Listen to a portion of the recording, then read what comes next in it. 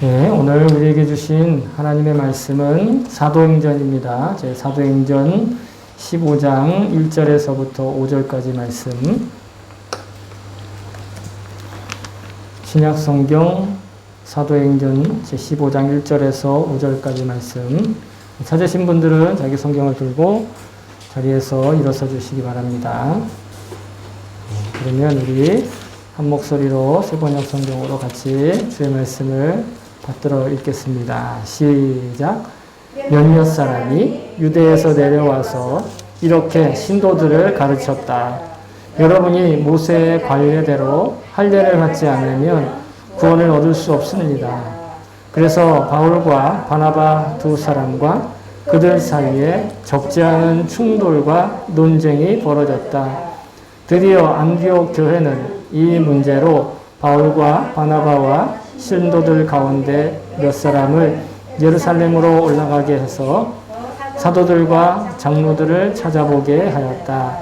그들은 교회의 전송을 받고 떠나서 페니키아와 사마리아를 거쳐가면서 이방 사람들이 회개한 일을 이야기하였다. 그리하여 그들은 그곳의 모든 신도들을 매우 기쁘게 하였다. 예루살렘에 이르러서 그들은 교회와 사도들과 장로들에게 환영을 받고 하나님께서 그들과 함께 행하신 일들을 모두 보고하였다. 그런데 바리새파에 속하였다가 신도가 된 사람 몇이 일어나서 이방 사람들에게도 할례를 행하고 모세의 율법을 지키도록 명령하여야 합니다. 하고 말하였다. 아멘. 네, 주의 말씀입니다. 모두 자리에 앉아주시기 바랍니다. 네, 제가 설교를 위해서 잠깐 기도하겠습니다. 좋으신 하나님 감사합니다. 오늘도 귀한 말씀 우리에게 허락하여 주시고 이 말씀을 통해서 하나님의 그 놀라우신 은혜야 얼마나 귀하고 소중하고 복된 것인지를 다시 한번 우리에게 밝히 알려주시고 가르쳐주시는 그 은혜에 감사와 찬양을 드립니다. 하나님 귀한 말씀 그리고 그 어떤 것으로도 바꿀 수 없고 또 그 어떤 것으로도 변질될 수 없는 그 귀한 말씀을 하나님 정말 너무도 부족하고 또 볼품없는 입으로 주의 말씀의 뜻을 온전히 전하기를 원합니다.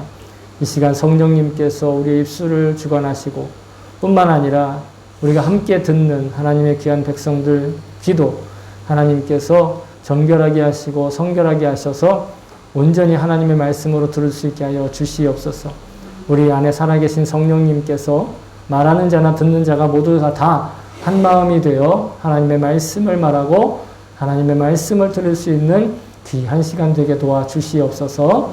감사드리며 예수님의 이름으로 기도합니다. 아멘. 아멘. 할렐루야. 아멘. 네, 주님을 찬송합니다. 우리가 지난주일 말씀에서는 바울과 바나바가 1차 전도 여행을 통해서 어떤 하나님의 역사가 있었고 어떤 하나님의 은혜가 있었고 그리고 어떻게 하나님께서 일하셨는지에 대해서 나누면서 오직 은혜에 머물러 있기를 또 오직 은혜에 붙들려 살기를 우리 함께 은혜를 나누었습니다. 그리고 그 은혜에 붙들려 사는 사람은 일상생활 하나하나가 일상생활의 그 일거수일투족이 모두가 다 전도의 기회가 되고 또 그로써 하나님의 나라를 전할 수 있는 그런 삶에 대해서 우리가 함께 배웠습니다. 그리고 우리도 다시 한번 그 복음 전하는 삶에 살 수 있기를 결단하는 시간을 가졌습니다. 오늘 말씀을 통해서도 그 이방인들을 붙들어 주시고 또 구원받은 이들을 붙들어 주신 그 은혜에 오늘 우리도 함께 동일한 은혜의 권능으로 권세로 붙들려서 살 수 있기를 바랍니다.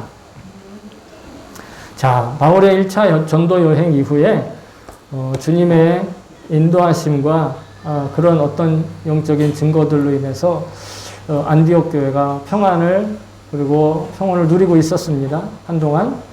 그런데 어느 날 예루살렘에서 몇몇 사람들이 내려와서 이 안디옥에 있는 사람들에게 안디옥 사람들이 지금까지 듣지 못한, 즉 바울과 바나바로부터 배우지 못한 이야기를 들은 거예요. 그런데 그들의 이야기가 너무도 설득력이 있고 너무도 뭐라 그럴까요? 굉장히 권세가 있어 보이는 거예요. 왜냐하면 안디옥에 있는 사람들은 원래 이방인들이었습니다. 그리고 안디옥 교회에 있는 사람들이 대부분이 다 이방인 성도들이었습니다. 그러니까 유대인의 율법이나 유대인들의 관습이나 어떤 유대인들이 가지고 있는 신앙생활에 대해서 거의 알지 못하고 그저 바울과 바나바가 가르쳐주는 일에 대해서만 마음을 이렇게 쏟고 있었습니다. 그런데 어느 날 어떻게 보면 바울과 바나바가 그 복음을 들고 온 곳이 사실은 예루살렘이잖아요. 근데 그 예루살렘에서 다른 어떤 예수님을 믿는 성도들이 내려와서 자기네들이 지금 듣지 못한 이야기, 좀 귀에 솔깃한 이야기를 하는 것이에요. 그게 뭐냐면 아무리 그래도 모세의 율법이 말하고 있는 할례의 규례를 따르지 않으면, 다시 말해 할례를 받지 않으면 그 구원은 부족한 구원이다. 그건 그렇게 완벽하지가 않다. 이렇게 사람들을 어떻게 보면 선동 아닌 선동을 하게 되는 것입니다. 그러니까 바울과 바나바가 말한 복음이 부족하다. 바울과 바나바가 얘기한 하나님의 은혜의 복음이 부족하다. 그래서 율법을 지키지 않으면 결코 구원이 완성되지 않는다. 이렇게 이야기를 한다라는 것이에요. 그들의 가운데 작지 않은 그리고 의미심장한 소동이 일어났습니다. 그래서 바울과 바나바는 그들과 논쟁을 벌였습니다. 그리고 말싸움을 하는 거죠. 싸울 정도로 매우 그런 큰 소동이 일어났는데, 그래서 오늘 본문은 율법 전체를 말하지는 않지만 할례로 대표되는 율법에 관하여 도전하고 있습니다. 율법이 할례만 규정한 것은 아닙니다. 먹는 것, 입는 것, 사는 집, 그리고 인간관계에 관해서 여러 가지를 가르쳐주고 있습니다. 당시의 논쟁은 이 할례의 규범을 어떻게, 그리고 그 할례의 규범을 대표로 해서 율법의 조문들을 어떻게 지킬 거냐, 아니면 지킬 거냐 말 거냐, 이런 것들에 대한 도전을 주고 있죠. 근데 이러한 논쟁의 본질적인 요소는 그때만 있는 것이 아니라 여전히 오늘날 우리 가운데도 있어요. 우리는 유대인의 율법은 지키지 않을지 모르지만 우리 나름대로의 교리를 가지고 있습니다. 교회의 전통도 가지고 있습니다. 또 어떤 관습도 가지고 있고, 심지어는 복음과 상관없지만 우리 가운데 전혀 우리가 지금까지 살아오면서 체득한 소위 말해 인간적인 지혜와 지식들이 또한 마찬가지로 있습니다. 이런 것들을 우리가 어떻게 대할 것이냐. 먼저 구약 성경이 율법에 대해서 뭐라고 얘기하는지를 먼저 점검해 보고자 합니다. 율법이 어떠한 것인지, 하나님은 왜 율법을 주셨는가. 신명기 17장 19절에 보시면 이렇게 기록되어 있습니다. 율법을 평생에 자기 옆에 두고 읽어 그의 하나님 여호와를 경외하기를 배우며 이 율법의 모든 말과 이 규례를 지켜 행할 것이라.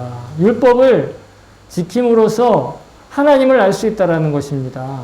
하나님을 경외할 수 있기를 배울 수 있다는 것입니다. 즉 율법을 통해서 하나님을 경외하고 하나님을 두려워할 줄 알고 하나님에 관해서 알 수 있다는 것이에요. 왜냐하면 율법이 아니고 구약 성경이 아니면 창조주 하나님을 말하지 않잖아요.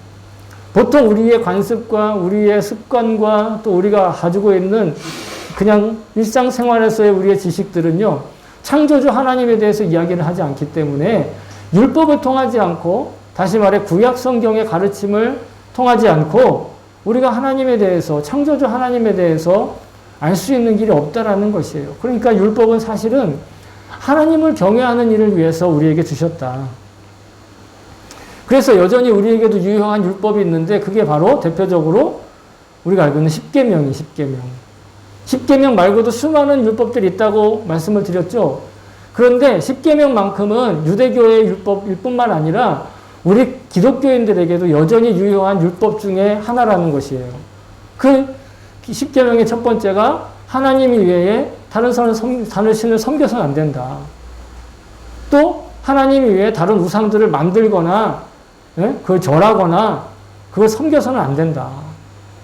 그래서 뭐 나중에는 남의 이웃 것을 탐하지도 말고 사람 죽이지도 말고 거짓말하지도 말고 부모를 공경해야 되는 이런 여러 가지 등등 10가지를 여전히 우리에게도 주어지잖아요. 그 10가지 계명들을 통해서 우리는 하나님을 알 수 있다라는 거예요. 하나님을 경외할 수 있다라는 것입니다. 또한 신명기 30장에서는 하나님께서 당신의 백성들, 즉 하나님을 믿는 백성들, 뭐 이때 당시에는 이스라엘 백성들만 하나님을 알았지만 하나님을 믿는 백성들에게 복을 주시고 형통케 하시고 모든 일을 순조롭게 하시는 기준으로서 제시하신 것이 바로 율법을 지키는 지의 여부였던 것이에요. 신명기 30장 9절부터 10절에 보시면 이렇게 기록되어 있습니다. 네가 내 하나님 여호와의 말씀을 청종하여, 청종한다는 건 아주 흔쾌히 따른다는 뜻이에요. 이 율법책에 기록된 그의 명령과 규례를 지키고 내 마음을 다하며 뜻을 다하여 여호와 내 하나님께 돌아오면 내 하나님 여호와께서 내 손으로 하는 모든 일과 너의 소생과 내 가축의 새끼와 내 토지 소산을 많게 하시고 내게 복을 주시되 곧 여호와께서 내 조상들을 기뻐하신 것과 같이 너를 기뻐하사 내게 복을 주시리라.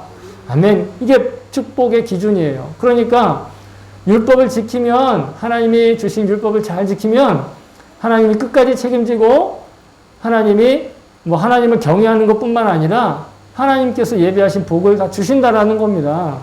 그러면 그 반대는 뭐겠어요? 저주받은 인생은 율법을 지키지 못하고 율법을 지키지 않고 율법을 배우지 않는 인생은, 그런 삶은 저주받은 인생이라는 말과 동일한 거예요, 사실은. 율법은 그런 양면성이 있습니다. 지키면 복을 받고 지키지 않으면 저주를 받는다는. 뿐만 아니라 이런 율법은 대대로 기억돼야 되고 대대로 배움의 전수가 돼야 된다. 자기 자손들에게 계속 알려주고 계속해서 이어져야 된다는 그 당대에만, 그 율법을 받은 그 사람들에게만 유효한 것이 율법이 아니라 그의 후손들에게, 또 그의 후손들에게, 지금은 오늘날 아브라함의 믿음의 자손이라고 하는 우리들에게까지도 실은 율법은 유효하다, 이렇게 얘기하고 있어요. 신명기 32장 46절에 그들에게 이르되 내가 오늘 너희에게 증언한 모든 말을 너희의 마음에 두고 너희 자녀들에게 명령하여 이 율법의 모든 말씀을 지켜 행하게 하라. 자녀들에게 그 율법의 말씀을 지켜 행하도록, 그냥 듣기만 하는 것이 아니라 실제로 그렇게 하도록 하는 것이 그 하나님 명령이라는 거예요. 자, 사실 여러분, 오늘 성경은 할례의 율법만 얘기했지만 율법이라는 그 자체는 사실은 이렇게 하나님께서 하나님의 백성들이 마땅히 지켜서 그 백성답게 아름답게 거룩하게 살아가는데 하나님께서 직접 친히 주신 것이었다는 것입니다. 그렇기 때문에 초기 이스라엘 백성들에게, 아니 지금도 유대인들에게 율법은요, 그 생명과 생존 보장하는 최고의 길이에요. 뿐만 아니라 최선의 길이에요.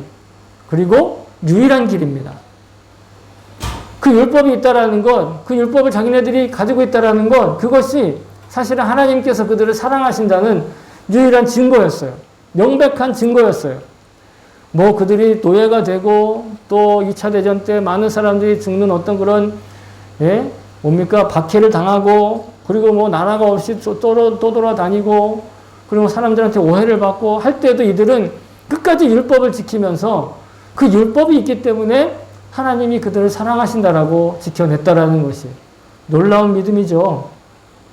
그렇기 때문에 이런 성경적인 이유로 구약 성경의 말씀을 모든 일상생활의 기준으로 생각하고 있었던 사람들입니다.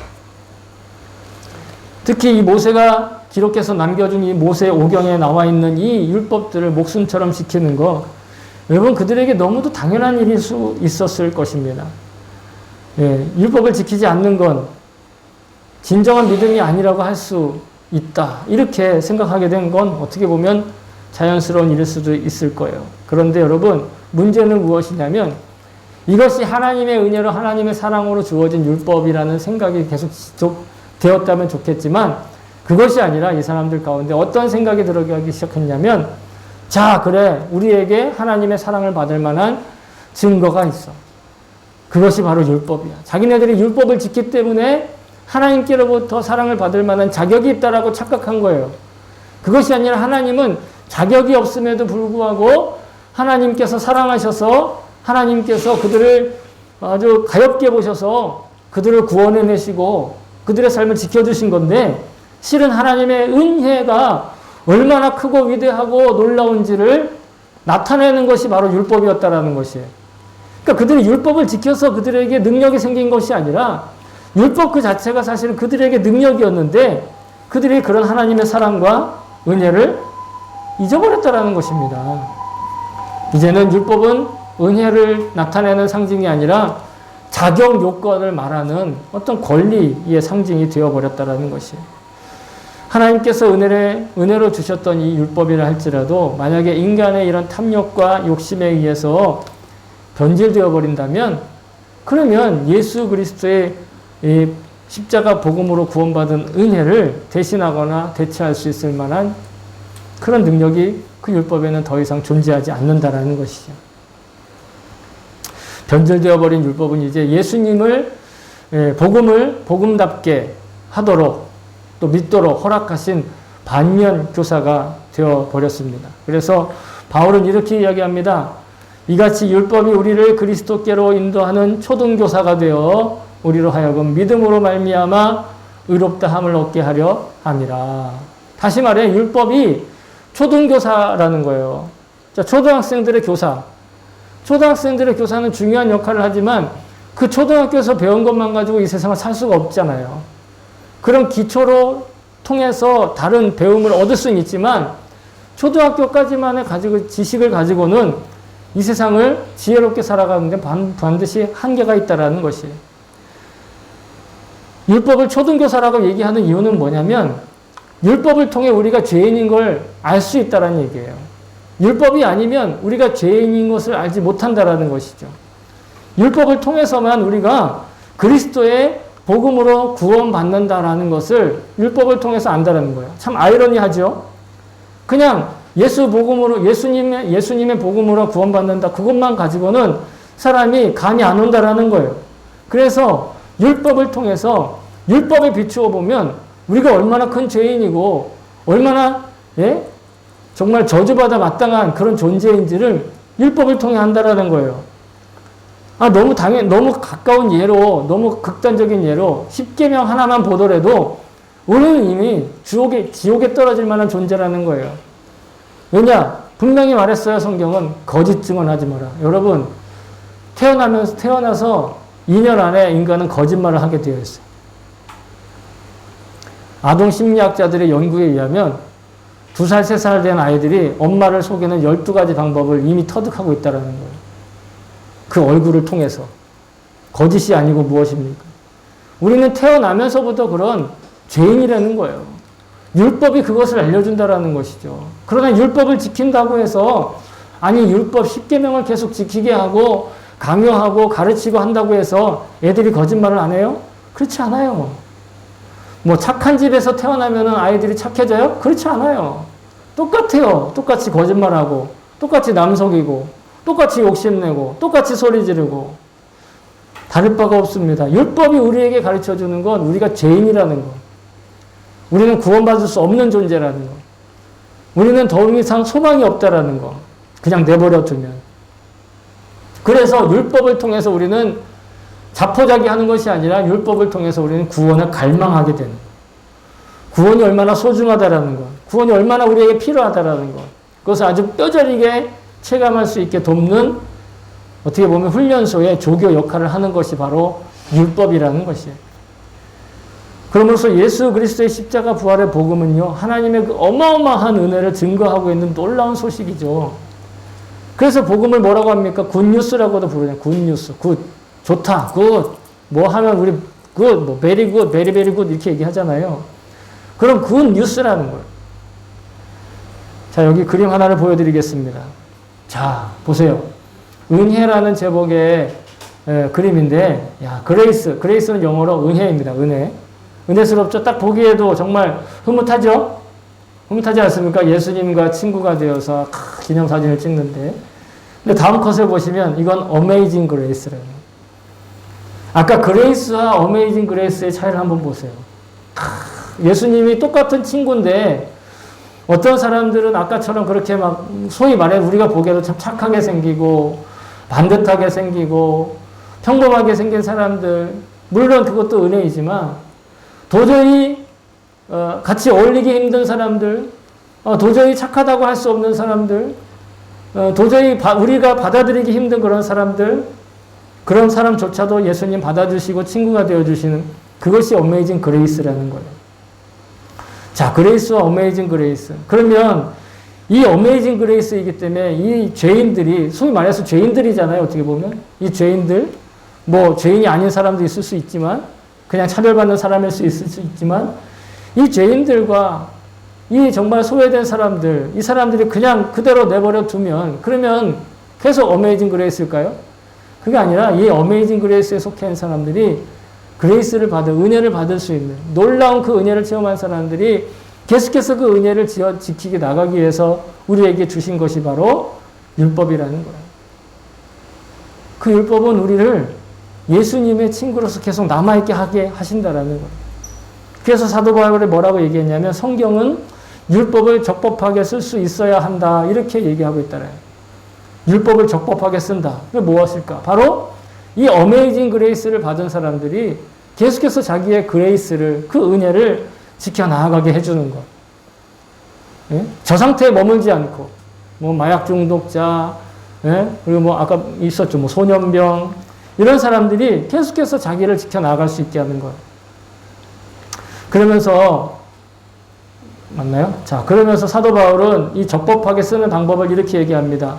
알 것은 이것이니 율법은 옳은 사람을 위하여 세운 것이 아니요 오직 불법한 자와 복종하지 아니하는 자와 경건하지 아니한 자와 죄인과 거룩하지 아니한 자와 망령된 자와 아버지를 죽이는 자와 어머니를 죽이는 자와 살인하는 자며 음행하는 자와 남색하는 자와 인신매매를 하는 자와 거짓말하는 자와 거짓 맹세하는 자와 기타 바른 교훈을 거스르는 자를 위함이니 이 교훈은 내게 맡기신 바 복되신 하나님의 영광의 복음을 따름이니라.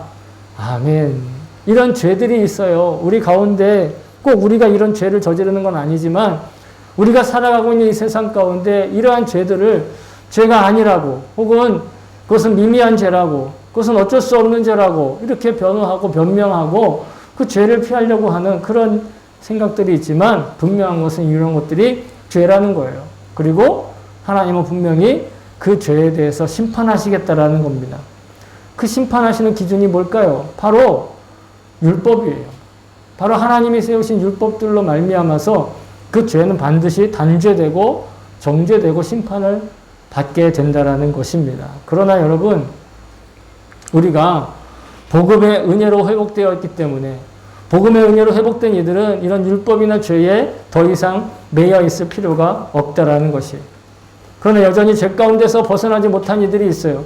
벗어나지 않으려는 자들이 있어요.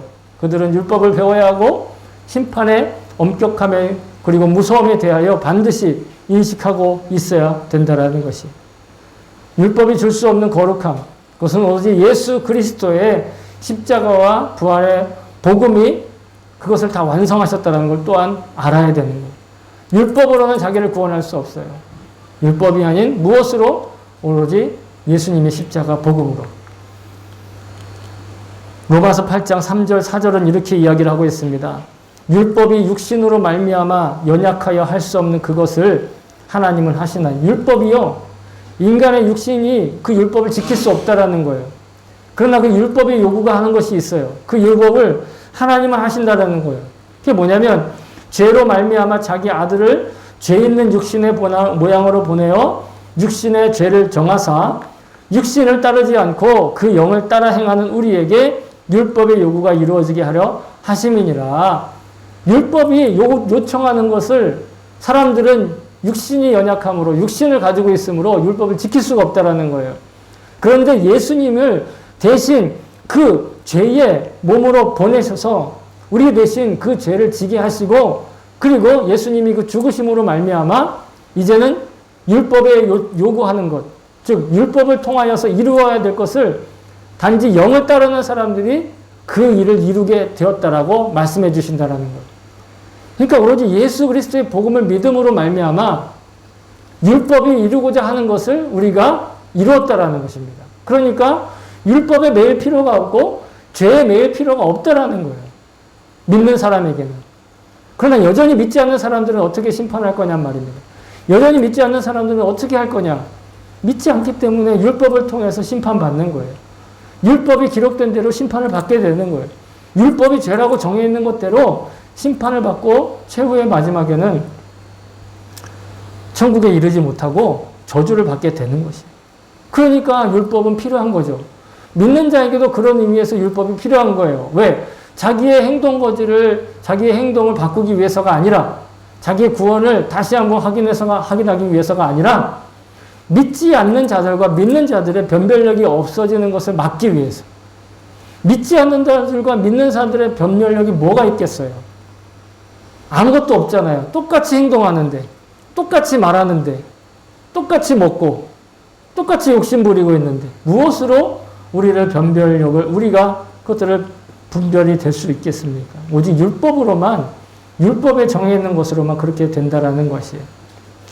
복음을 믿는 자들은 이제 더 이상 율법에 매여 살 필요는 없습니다. 그렇다고 우리도 역시 율법을 어기면서 제멋대로 살아도 된다? 그 뜻은 아니에요. 율법이 죄에 대하여 얼마나 경계하고 경고하고 있는지 우리가 구약 성경과 신약 성경을 통해서 우리는 분명히 기억하고 있어야 돼요. 율법이 그것을 우리에게 여전히 경고하고 있어요. 그런데 그 율법을 보면, 그 율법을 생각하면 우리가 받은 구원이 얼마나 귀하고 복된 것인지를 알아야 된다라는 것이에요. 도저히 율법으로는 해결할 수 없는데 예수 그리스도의 복음으로 해결되었다라는 거, 우리에게. 놀라운 복음이죠. 여러분, 율법을 통해서 우리는 정의로움을 올바르게 세워나갈 수 있어요. 율법이 있어야 무엇이 정의롭고 무엇이 불의한지, 무엇이 바르고 무엇이 그른지를 분명히 구별해낼 수 있다는 것이에요. 또한 은혜를 통해서 우리는 사랑을 우리 안에 채워나갈 수 있어요. 그런데 예수님께서 십자가에 죽으심으로 그 정의와 은혜와 사랑을 모두 한꺼번에 다 완전하게 성취하셨다라는 것이에요. 그것이 우리가 믿는 복음의 능력입니다. 그것이 우리가 믿는 복음의 실체입니다. 본질입니다. 뭐 복음을 믿으니까 뭐도 잘 되고 저것도 잘 되는 건 두 번째 문제예요. 잘 되게 하실 때는 그 잘 되게 하신 것으로 우리가 어떻게 주님을 섬겨야 될지를 알게 되는 건데 그건 두 번째 문제고, 먼저 우리가 가져야 될 건 우리가 구원받은 것이 얼마나 놀랍고 귀한 일인지를 분명히 기억해야 된다는 거예요. 그거에 대한 변별력을 위해서, 그것을 분별하기 위해서 율법이 여전히 우리에게도 필요하다는 것이죠. 율법이 없으면 우리가 구원받은 것이 얼마나 가치 있는 일이 모른다니까요. 율법을 통해서 사람이 저주받는 것, 사람이 심판받고 지옥에 가는 것이 얼마나 두려운 일인지를 하나님 우리가 알게 하신다라는 거예요. 자, 이런 논쟁에 있어서 아주 바나바와 바울은 적극적으로 자신들을 변증했어요. 율법은 뭐 분명히 하나님께서 우리에게 주신 것이긴 하지만 그 율법을 지킨다고 해서 우리가 구원받는 것이 아니라 그 율법의 요구를 이루신 예수 그리스도의 복음으로만, 예수 그리스도의 십자가로만 우리가 구원을 얻는다. 너무도 명백하죠. 너무도 하나님의 말씀에 분명한 것이에요. 그런데 아직 믿음이 연약한 안디옥 성도들은 그래도 예루살렘에 올라가서 분명한 답을 가지고 와라, 이러고 바울과 바나바에게 이야기를 했던 거예요. 사실 어떻게 보면 굉장히 무례한 그런 요구입니다. 왜냐하면 안디옥 사람들이 누구에게 복음을 들었습니까? 안디옥 사람들이 누구를 통해서 하나님을 알게 되었습니까? 예수 그리스도를 알게 되었습니까? 바울과 바나바를 통해서 알게 된 거예요. 바울과 바나바를 통해서 참 복음을 믿게 되고 참 믿음을 갖게 되고 참 하나님을 알게 되었는데, 이제 와서 예루살렘에서 누가 와가지고 모세의 율법을 지켜야 된다, 한마디 딱 던지니까 어떻게 돼요? 바로 마음이 혹시나 하고 가서 알아오세요. 어떻게 보면 굉장히 바울과 바나바가 기분이 언짢았을지도 모르겠어요. 그런데 바울과 바나바는 언짢아 하는 대신 이 또한 하나님이 주신 기회라고 여겼던 것 같아요. 왜냐하면 바울과 바나바가 예루살렘으로 길을 떠납니다. 그런데 예루살렘으로 아무것도 하지 않고 곧장 예루살렘으로 가기 위해서는 쭉 간 것이 아니라, 보세요. 페니키아와 사마리아라고 하는 지역을 둘러가면서 예루살렘으로 갔다라는 거예요. 물론 직선거리 안에 페니키아 지역과 사마리아 지역이 있어요. 안디옥에서 안디옥은 시리아라고 말씀드렸습니다. 시리아 밑에가 페니키아고 페니키아 남쪽이 사마리아고 사마리아 남쪽이 유대 땅이에요. 이게 순서대로 있어요. 그런데 이들이 그냥 빨리 안디옥 성도들의 요구를 들어주기 위해서 예루살렘으로 곧장 가야겠다고 했으면 그냥 여정에 있었지만 그냥 쭉쭉쭉쭉 내려왔을 거예요. 그냥 빨리 예루살렘이 목적이었을 거예요. 그런데 그들은 그 가는 길 가운데서도 여전히 무엇을 전했습니까? 그 페니키아에서 믿는 사람들, 또 사마리아에서 예수님 믿는 사람들 둘러가면서 야, 이방인들이 이렇게 구원받더라. 야, 이방인들에게 이런 놀라운 일들이 일어나더라. 그 전도 여행에서 있었던 일들을 전해주면서 가는 거예요. 그랬더니 페니키아에 있는 그리스도인들과 사마리아에 있는 그리스도인들이 다 기뻐하면서 그 이야기를 듣는 것입니다. 왜냐하면 페니키아도 이방 땅이고요. 사마리아는 사실은 유대 땅이었지만 이방 땅처럼, 이방인들의 땅처럼 여겨지던 차별받는 곳이었어요. 그런데 그 사람들은 유대인의 율법을 지키고 싶어도 지킬 수가 없는 사람들이에요. 그들은 예전부터 유대와 이 교류가 있었기 때문에 유대의 율법, 모세의 율법을 알고 있었어요. 그런데 그들은 지킬 수가 없어요. 그 전통을 지킬 수가 없는 거예요. 아예 이미 혈통부터 유대인이 아니게 되어버린 거잖아요. 혈통부터 이미 거기서 벗어나게 되었다라는 거예요. 그러니 이들이 율법을 지키고 싶어도 하나님을 믿고 싶어도 유대인들의 율법이란 장벽에 의해서 넘지 못하는 사람들이었다라는 거예요. 근데 그들에게 가서 이방인들이 구원받고 이방인들이 율법과 상관없이 하나님을 찬양하고 예수 그리스도의 복음으로 구원받는다는 소식을 들으니 얼마나 기쁘겠어요. 자신들과 같은 처지에 있는 사람들을 하나님이 받아주시고 또 구원해 주시고 그 삶을 지켜주셨다는 걸 아니까 너무도 기뻐하는 거예요. 바울과 바나바는 비록 안디옥에서 좀 언짢을 수도 있는 그런 일을 당했지만 그래서 예루살렘으로 올라가는 과정 가운데서 그 하나님께서 이들에게도 이 일을 전하게 하셨다는 것을 아마 알고 있었던 것 같아요. 그러니까 곧바로 예루살렘으로 곧장 가지 않고 어떻게 해요? 둘러가면서 그 길을 물론 그 도중에 있었지만 그 이야기를 꼭 전하면서 그 성도들에게 그 이방인들이 구원받았다는 이야기를 꼭 전하면서 그러면서 바울과 바나바는 안디옥에 뿐만 아니라 페니키아와 사마리아에 있는 연약한 믿음의 성도들의 마음을 헤아릴 수 있었던 것입니다. 바울과 바나바를 통해서 율법이나 인간의 공로 혹은 자격 요건이 아니라 오직 은혜로만 우리가 구원받은 것을 기뻐할 수 있게 된 줄로 믿습니다.